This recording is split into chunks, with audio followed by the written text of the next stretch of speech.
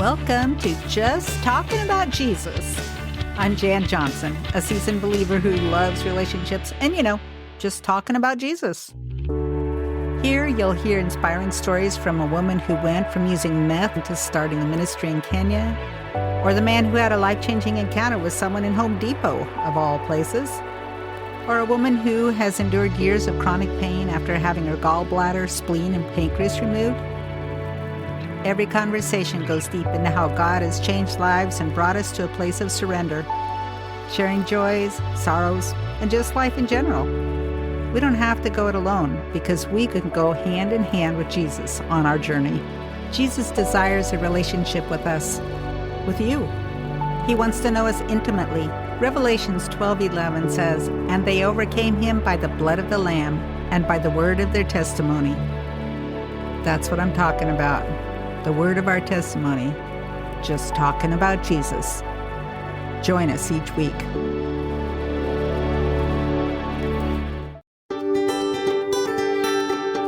So here they were, two teachers working full-time that had a 3-room apartment and this big community outhouse for showers and bathrooms. And when in the evening, one of the people on our team needed to go to the bathroom, they got a lantern and took us out to, as we needed. And when we got ready to eat our meal, it was just floored me like Bible times that they came out with a big bowl of water that they'd heated in the stovetop that they had and a towel, and we could rinse our hands. And it was just, I find it extremely valuable to realize that in the 21st century, people live so differently and yet with grace and wonderful hospitality. And I really saw that in rural China.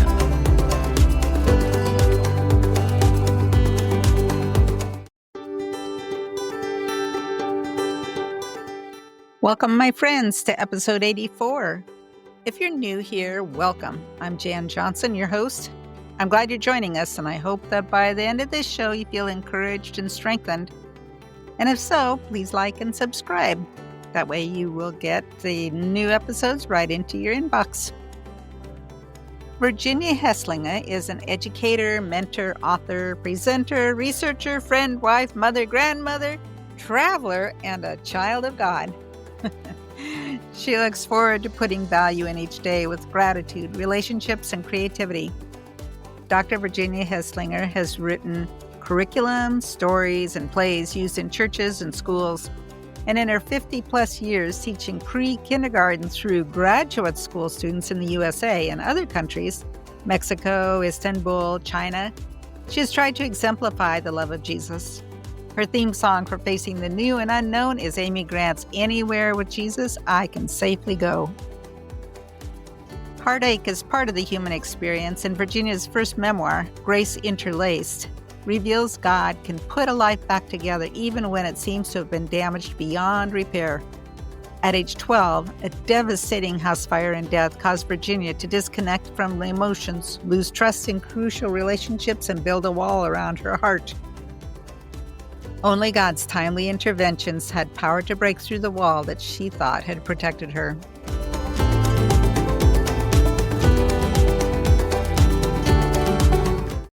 Welcome, everyone, to this episode of Just Talking About Jesus. I have Virginia Heslinga with me today. Welcome, Virginia.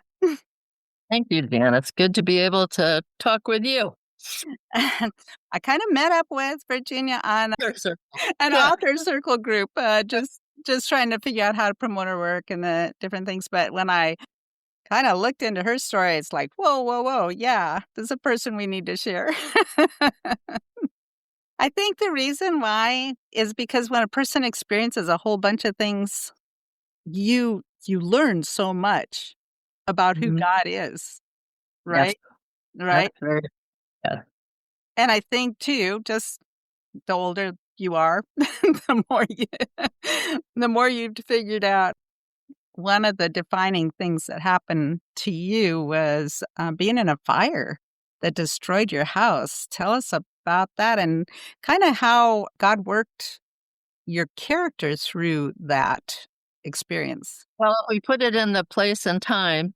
It was 1965. I was 12 years old. My parents were heading up a Red Cross meeting to raise money from the county for the Red Cross. So I was babysitting for my two brothers and the pastor's son. Pastor was away at a convention. So I had the 2-year-old and a 7-year-old and a 9-year-old and me. And I was being hassled by the toddler that needed a lot of extra attention and by my brothers. And I finally settled down into watching, I think it was Ben Casey. If anybody remembers Ben Casey in the 60s, came right after Dr. Kildare. And so all of a sudden, the baby started crying so loudly. So I rushed up the stairs. And as I'm going up the stairs, all the lights went out, the TV went off, everything was gone. And I went into the room and I don't even have a consciousness of praying, but I saw a wall of fire because my drapes in my room were on fire, and that's where the toddler was in the crib. And you can read more about it in Grace Interlace. But when we got out of the house and I got down and I realized it was just the 9-year-old brother and the toddler, I pushed the toddler into, I said, hold him. And I went back in. And for people that don't believe in angels, this would be a hard part to take. But I tell you, there was a young man that came in and he went up the stairs with me. And I had to put a wet washcloth over my face. I had learned from, actually, I think it was the TV show Fury, that when you went into a fire, if you put something wet over your face, you could get farther in the smoke. And the young man didn't realize until a long time afterwards, he never had anything over his face. And I would have stayed and probably died trying to get my younger brother. But the young man took me down the stairs and outside. And I turned to my brother and the toddler, and I didn't know what to do. I took them down off the porch, and I turned to look back and see if the young man had gone back in. He wasn't anywhere around.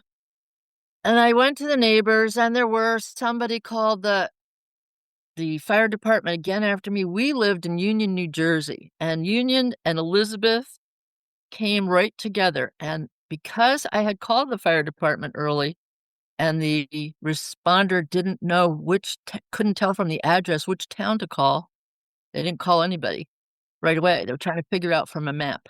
So this is back before 911, 1965. And so there was a lot of confusion. And when they finally came, we had multiple fire departments and multiple police. And I was lost in the crowd. And I saw them take my parents and the brother and the toddler away. And I was sitting against a neighbor's house. That's the picture that's on the book cover. And I just remember thinking, God, I'll do anything if you just make sure that my younger brother survives. I'll go to the worst place on earth and work for the rest of my life. And yet I never thought that God wasn't there, but that prayer wasn't answered. So there was a lot of trauma after that in my family and in me. And I was reading an article yesterday that I hadn't realized that hyper independence and wanting to solve things yourself comes frequently from people that have experienced trauma. That it's not that they're trying to be standalone and they're not trying to be, I'm Mr. able to do everything. It's just that the trauma has caused them to figure, I have to take care of everything on my own. But as a Christian, because I became a Christian, a believer at an early age, and I knew the stories of the fiery furnace and I knew the miracles of the Bible, I existed knowing that God was there, but everything kind of shut down for years. Yeah. Well, that's trauma. I mean, that is trauma, to do that. And you lost your brother. I mean, Yes. you had to have felt responsible for that as well. Yes, there is a scene in the book, and the people that have commented to me, it's the first thing that my father said to me when I was taken by a policeman to a neighbor's house, and people that had been taken to the hospital showed up later in another police car. And the thing that my father says to me that kind of set the tone for the next 40 years. For being in charge. Wow, that had to been terrifying. I mean, just as a kid, to be in that, even if it was just you, it would be terrifying to know what to do and to get out and how to reach your parents and how to, you know, what to do next and how to just process all of that. Definitely. Yeah. And you shut down and you go on, and I was a good girl and I went to church and I was in youth group and I did all those things. And I don't think that I really wrestled with it much until my 30s when a wonderful friend had a brain tumor, and I just got so aggravated. Said to God, you know, just not speaking to you. Now, I'm married to a pastor. So if you can imagine, it's a little hard to be a pastor's wife. And when people would call on me at something and say, will you say grace for, I said, why don't you ask so and so?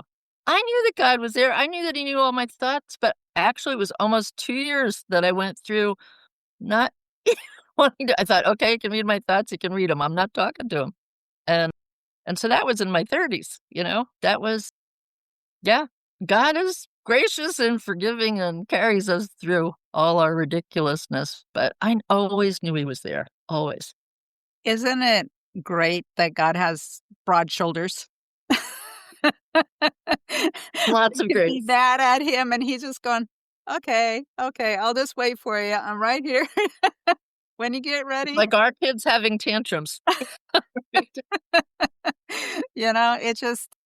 just another one of those amazing characteristics of him that it just like, okay, all right, I'm still here. And then, I had a similar situation happen years ago, but it took oh my gosh, I was well into my 40s before God finally went, okay, you want to talk about this now, and see where I was at the time. So it just, so I guess that's one of our lessons, isn't it? Just to see that it's God can answer no. Yeah, One, he might do a wait or a no, and he might do a yes, but it's not always going to be a yes. that's right. And I feel like I'm a slow learner. I've told people that even though I'm a believer and I follow the Lord, I am a slow learner because I have to learn those lessons about trust and waiting over and over again. Don't we all? But each of those things, though, I think they're repeat things because it's a different aspect that we learn from each of those. You know, Yes, each time it's not like we didn't actually learn to trust in that situation, but it's also like there's always like more to the elements of it, right? there is deeper layers. It's like C.S. Lewis going deeper in. Yeah. Deeper and deeper layers. But how do you think that whole incident enriched your character? The character of who you are or how you.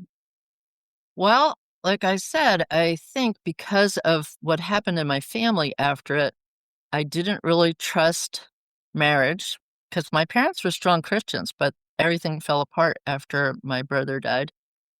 And I didn't trust parenting because I saw what happened after the traumatic event affected all of us. And I think that somebody asked me a question recently, when you were brave. They asked when you were brave. And I said, I'm not a brave person, but because I am teachable, when God brought my husband into my life, I did follow lots of leading and testing. And so I took the step to get married, even though I wasn't sure about marriage and having children. I wasn't sure about parenting, but I took the step to have children and traveling far away to be part of a project in China. I never imagined going so far away, but I'm learning about trusting even now.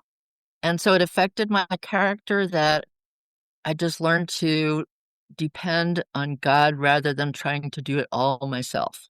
Yeah. Yeah. Yeah. And I think as we go along, when we depend on God and we see where he's at, then it's just easy. It's easy to go, oh, well, you were here then and you will still be there. Like I just interviewed a gal uh, about her book with the idea that you're thinking back to the things in your life, those milestones and things. All the overreaching thing is if you're journaling and thinking back to those milestones, just like Joshua did, we're going to create an altar here to remember these things where God Yes. was. Those are those Yes. moments that help us build on trusting God because you were here, you were here, and you were here in that situation. So now I'm in this situation. So you're going to be there again. Yes. Yeah. That's part of the layering of learning.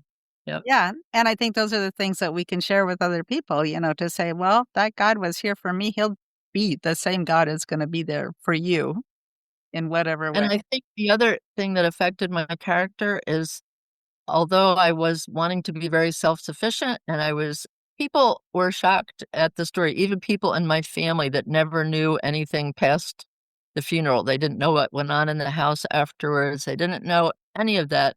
And I was very self-contained.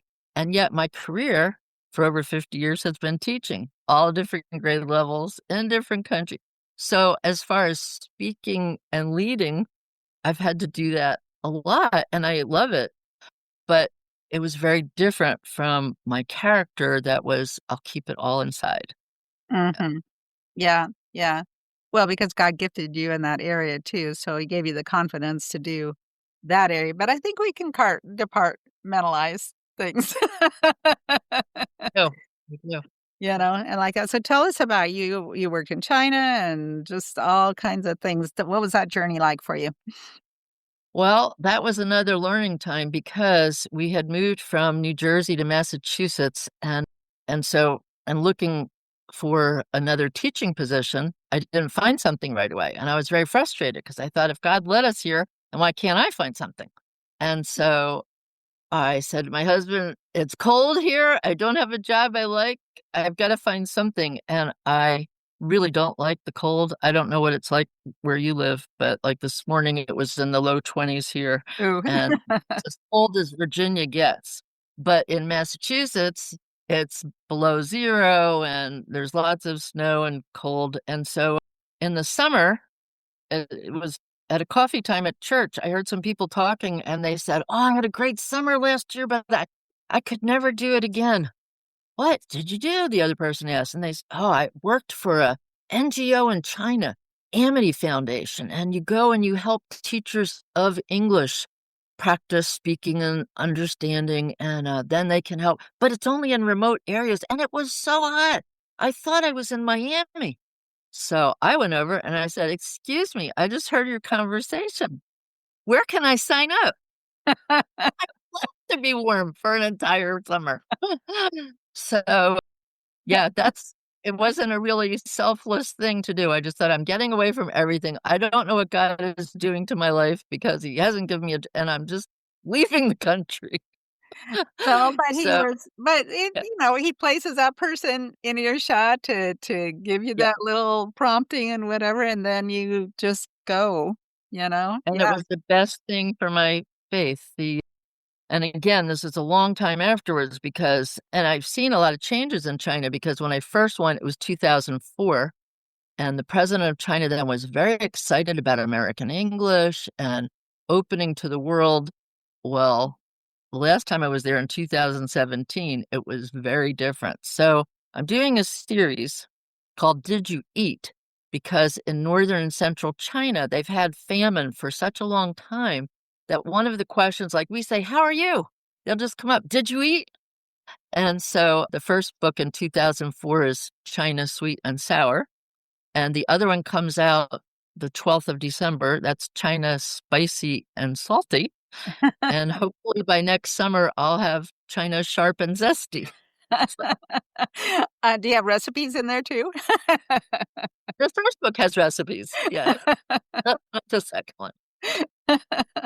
What's the theme of each of them? Well, in each of them, it starts with a problem and an embarrassing problem, a tough problem. But again, the theme is God provides when we are ready to think, oh, what can I possibly do? Calm down and God will provide. And I'll give you one example. And the one that's coming out on the 12th, the nurse that was on my team, when we got to Shanghai airport, we've been traveling for hours and hours from Boston. She left her carry-on bag that had her glasses and her medicine in it in the airport. Mm. And we didn't realize till we transferred to the domestic airport and flew to Beijing that it was gone. So we figured we would get some help from the translator that was coming to be our guide, but we didn't know when we would be able to get the medicine and glasses that she needed. So we went out for our first full day in Beijing. And when we came back to the place where we were staying, Kutang in Beijing, the man at the desk said, "Your bag is here." And we said, he said, "Your bag, it came." And he brought it around and there was a note with it. Well, the person that had been teaching me some Chinese in Massachusetts, this had to be God, had a cousin that was traveling home to see his family in Shanghai. And this little pink suitcase stood out to him in the airport on a chair by itself. And he went over to look at it and he saw the name on it. And my Chinese teacher had given him my name and the name of everybody on my team. And he thought, this is from one of these people that my cousin knew. And he picked up the case and he called his cousin and he said, "Your friend Virginia, where is she staying?" And so she told him where we were staying. And he had it, shipped day delivery to where we were staying. Now, how many thousands of people go through Shanghai airport? And it was the same international, from Los Angeles to Shanghai. But still, there were thousands. So that was the end of our first full day in Beijing. And I said to the team, when anything else comes up, we have to remember this because God is here and he's going to get us through anything that comes up. But there was a lot that came up. So it was a good lesson to learn repeatedly. Wow. Wow, wow, wow. Yeah, that's a totally just It's a miracle. it Yeah. just it is. It's a total miracle, to have that happen, and I just love how Yes. God orchestrates things. It could be, like, "Oh, gosh, this Amazing. person gets this," and all the pieces all line up the way they're supposed to. And Yeah, then you look at something like the fire, and I think, some prayers you pray and they're answered immediately in a positive way. And other prayers you pray, they're not answered in a positive way, or they're not answered for years, and we don't know why, but God is always there, at least in yeah, my head and my heart. yeah, absolutely. Was there anything that, years in retrospect that you were thankful from the fire? I think because of the way it ended up many decades later, I was grateful that relationships could be healed before people like my father died, that we actually had an opportunity to have a conversation and talk about things he would never talk about before. So I'm thankful that, and I had prayed for forgiveness. I read a book by Desmond Tutu and his daughter on forgiveness. And the decision is you can work on forgiving in your head, and it might take a long time to get to your heart. So that made a lot of sense to me. And slowly I saw over the years that with this, I will forgive. I need to think forgiving. I need to ask Jesus to help me and, be loving.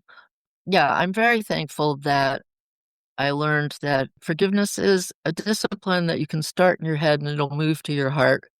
And God honors that. I really believe it. Yeah, yeah, the whole topic right there. Forgiveness, it's just that yeah, but ultimately, it's not about freeing the other person, it's about freeing yourself, you know? W Yes, definitely. Yeah. Once you totally can forgive the person, it's just like, "Okay, yeah, now I don't have to think about him anymore. If I do, it's gonna be some long ago distant something that I don't have anything," and it's also trusting that God's gonna deal with that person in whatever Mhm. way needs to be done with them, and it's not us to be the one that thinks of all those things then, I could. And personalities are different. I'm sure, I mean, it took me years before I would pray for forgiveness for feeling that in my heart. And then it just, I guess it's another miracle when some people can forgive, in minutes or hours. But there's some traumas that I think it takes a really long time, and it takes talking with Jesus and walking with Jesus before we learn those lessons. And again, I have to learn them over and over. Yeah. Well, I mean, and if you use Jesus' example on the cross as, forgiving his enemies, but he was also God, you know, Right. and Yeah. and he also could, say that at the moment just because he knew the big picture and he knew whatever, Yeah. I had an administrator that did me wrong for had a long, long, long, long, many years of working through that, and so only one in my life that I just have had such a hard time getting over, but I think I'm there. I think I'm Oh, finally there. that's great. It's years, Yeah. No, It can be the years. the timing is different for every person, and God knows our hearts and knows us better than we know ourselves. I just encourage people to, talk to him about that. Yeah. Yeah, and over and over again, because he doesn't care if we keep coming back with the same. Now, mainly, I've written these memoirs on life experiences, but I did write a historical novel called Wounded Dove, and it's based on everything true, but it came out as a historical novel because I changed all the names. I didn't want anybody to sue me, and I condensed the timeline a little bit, and I told it in first person, so that's why it had to be, a historical novel. But the person in there that overcomes so much, she got polio in the polio epidemic in Massachusetts in the early 1900s. She overcomes so much, and yet she's naive and trusts somebody that anybody would have trusted. And it takes the love of a sibling to rescue her from a very terrible situation. And and that's another thing that you can overcome a lot and yet be susceptible to making a mistake in another area. And God, he provided that sister that went right to directly confronting the problem. So I think God has provided people in my life from childhood and that fire time, even and even before that, the people that guided me to faith. God has always provided people to come to me and talk to me and be a support to me when I really needed to work through something. Yeah, yeah. Well, and the flip side, he's provided you for other people I hope so. Yeah. as well. So tell me a little bit more about things in China. What exactly did you do while you were in China? Well, Amity usually sends people to remote areas because you're doing it as a volunteer. You all they have to do is give you a place to stay and your meals. And it can be very different from situation to situation. So you work with the teachers. You don't have to be a teacher. So, for instance, they would like every team to have a nurse. Well, I was fortunate to have a friend who was an RN who had mentored and taught nurses. So she did health lessons in English. And then my husband went a couple of times with me, and he did conversational English, and he would do social studies and geography, although you have to be very careful. There's certain things you can't say, and everything is supervised. And it was very nerve-wracking when he went with me because when he got his visa, they put a bright yellow card in his passport that said, "This man is not to preach anywhere in China." So even like having public prayer, he wasn't supposed to do anything like that. It's very interesting. So we all helped work with teachers, and as a teacher and as having a doctorate in education, I tried to give teachers strategies that have been used globally. And they don't know this. When they go to college, if they go to college, and in the remote rural areas, there's people that teach that have never been to college. When they go to college, they study English. That's their major, and they know it a lot better than we all do. But speaking and comprehending and listening, that's a real struggle. And they were trying to improve that. Yeah. So that's what Amity does a lot of things. They have a deaf ministry because in China, just like in the book Wounded Dove in the early 1900s in this country, if you have a disability, there's nothing for you. Your family can take care of you. So they have a ministry Amity has to Down syndrome people to teach them job skills. They have deaf ministry. They have emergency, like when there's earthquakes, and they have doctors that go as volunteers and teachers that go as volunteers. It's a great program, but it's changed in the past few years because of how the government has changed Yeah. the past few Yeah. years. That had been interesting. Just being in another country is interesting anyway. I think even being in different parts of the country of the United States is interesting. It is. It is. My first teaching experience in another country was in Mexico, and then I did a program at a college in Istanbul, but the longest I had 8 different years of visiting China. So, and I just found it wonderful. The remote areas are so different than the big cities that a lot of tourists see. So it's challenging, but it was wonderful. Mhm. What were some stories maybe of people that you met, Chinese people that you met, just some of the traditions or even things that you encountered that were interesting or challenging? Well, we were all very proud that we'd learned to use chopsticks well, and we weren't sure if we would ever be invited to any of our students' homes because that's not required. You can just live in a dormitory, or sometimes they'll put you up in a hotel or the student dormitory. But this one teacher that invited me early on to her family's home, it was such a big deal in this remote area where we would probably be the only Americans that they would ever meet, that her parents, I sat down at the table and they came out very proudly with a fork and a spoon. And, they have very little, and they had gone out to buy that so that I would be comfortable at their house. And there's so many details of hospitality that they take seriously. It really is very heartwarming and can almost put you to shame to think of people with very little doing their best to make you feel comfortable, even with something that simple. Yeah. Yeah. Yeah, boy, that makes you feel like, validated or just, it does make you feel important, doesn't it?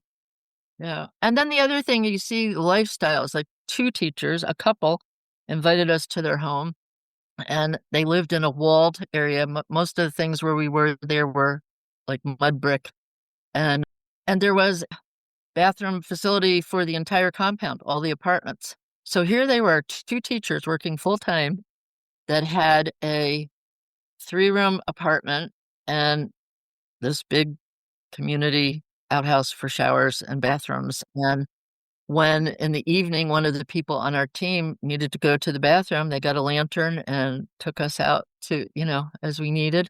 And when we got ready to eat our meal, it was just floored me like Bible times that they came out with a big bowl of water that they'd heated in the stovetop that they had, and a towel, and we could rinse our hands. And it was just, I find it extremely valuable to realize that in the 21st century, people live so differently and yet with grace and wonderful hospitality. And I really saw that in rural China.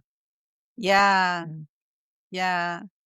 And yeah, because it does bridge a gap, and it also, if they're providing hospitality for you, they're feeling like they can.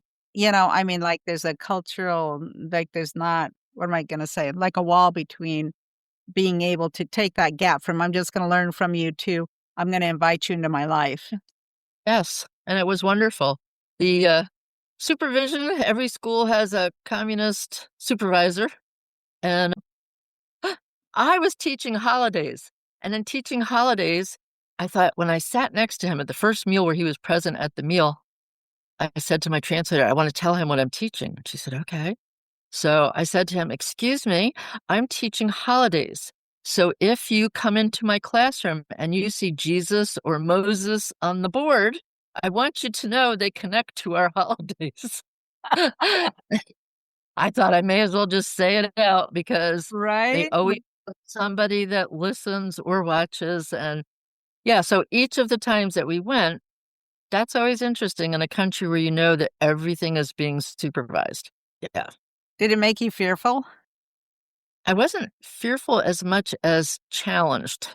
Like when the first time that I went was right after we got into the war with shock and awe that Bush had, the shock and awe. And so Abu Ghraib had happened. It was in the news. I went there in June to China, and I think that was in the news in April. And one of the first questions that a student asked and said, what do Americans think about Abu Ghraib? And I said, we think it's terrible. And why would your American soldiers act that way? And I said, well, do you think that every soldier in every country always acts the way they're supposed to act? Well, I didn't say anything else. Then somebody else said, well, what do you think of the whole war? And I said, our president didn't call me and ask me what I thought of the war. Does your president call people and ask them what they think of going to war? But I didn't have to answer that. Amity says you can just say, look, I don't want to talk about anything political. I'm an English teacher. But I felt like if we were the only Americans that they were going to meet, that I should try to be as open as I could. So, yeah. Yeah. Yeah. Yeah. So I guess that telling them about Jesus on the wall or whatever, I suppose your husband found little other ways to be able to share the gospel without preaching. Well, I think by watching us, one of the translators that was with us, we met as a team every morning to go over our lessons and to pray. And the first time that I looked up from prayer and his eyes were wide open and he said, I've heard about prayer, but I never heard anybody pray. So, I mean, his grandparents, he said, had been Taoists, but his parents immediately weren't anything. And, there's very few people that we met that had familiarity with a lot of, except for Christians. Yeah. Yeah. Yeah. Well, I think there's a lot to be said for being watched. I mean, maybe some good things. Yes, and Not that's just bad. another responsibility, yes. In the book that's coming out, one of the people on our team, China doesn't allow this anymore, but in 2006, one of the teachers could only go if she could take her 10-year-old son because she had nobody to watch him at home. And so he got the visa, and I said, well, if he gets a visa, God will work it out. Well, it was a plus in many ways, but it was a challenge in many other ways because kids just say whatever. Oh. So, yeah, that was an adventure that we hadn't imagined. Yeah. Oh, wow. Well, this has really been interesting. Boy, I think we could go for hours and hours on all of your things, but we can all go to your books too to find out find out more. So, where can people find you? Well, any place books are sold, so Barnes & Noble, Amazon. If you go to my website, Time to Create, EIME, number 2, create.info, that has probably places that you can click on right there to buy books too. Yeah. Okay. Perfect. What do you have a favorite scripture that you just love? By grace are you saved through faith. Yes. God's grace and faith is what carries me through all the days. Foundational, huh? Yeah. Yes. Yeah, for Definitely. sure. Okay. Thank you so much, Virginia. This has really been a pleasure. Thank you, Jan. I'm really glad that we got to talk. Several things stand out to me. One, it's okay to get mad at God when he doesn't answer our prayers the way we think he should. He's got pretty broad shoulders, and he'll wait for us to come back to him. 2, did you catch that at the beginning? God sent an angel to help her get her siblings out of the house. Whew, what a testimony. 3, because of her trauma, Virginia shied away from thinking she could ever marry or have children. And yet, she took the steps in faith and saw that she could trust God despite what she had witnessed in her past.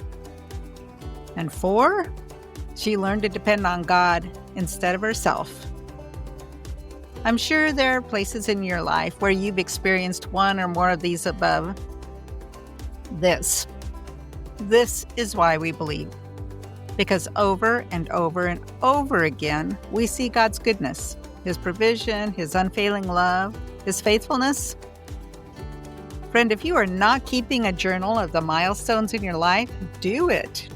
Ask for a journal for Christmas. This one thing kept over time, recording those God winks, those times when you were all in a muddle and God came through, even the times you see God working in others. They all can strengthen you and others as you share those time with them. Hey, if you're enjoying this podcast, think of 2 friends or relatives that you could share the link with. That will help it grow. And I'll leave you with these scriptures. For it is by grace that you have been saved, and that not of ourselves. It is the grace of God. Ephesians 2, 8 and 9.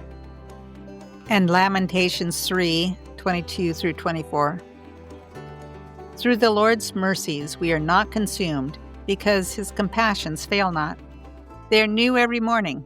Great is your faithfulness. The Lord is my portion, says my soul. Therefore I hope in Him. That's all for this episode, and I look forward to being with you again next week.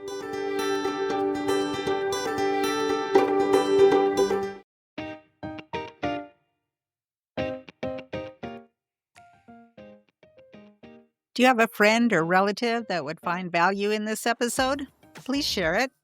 And you can let them know that if they'd prefer to watch, I always put these episodes on YouTube. So check that out in the show notes. And if you watch on YouTube, consider subscribing, because just as when you subscribe to this podcast and get notification when new episodes are out, the same will happen if you subscribe to my YouTube channel. Just talking about Jesus. And then you won't miss an episode. Speaking of subscribing, are you getting my newsletters?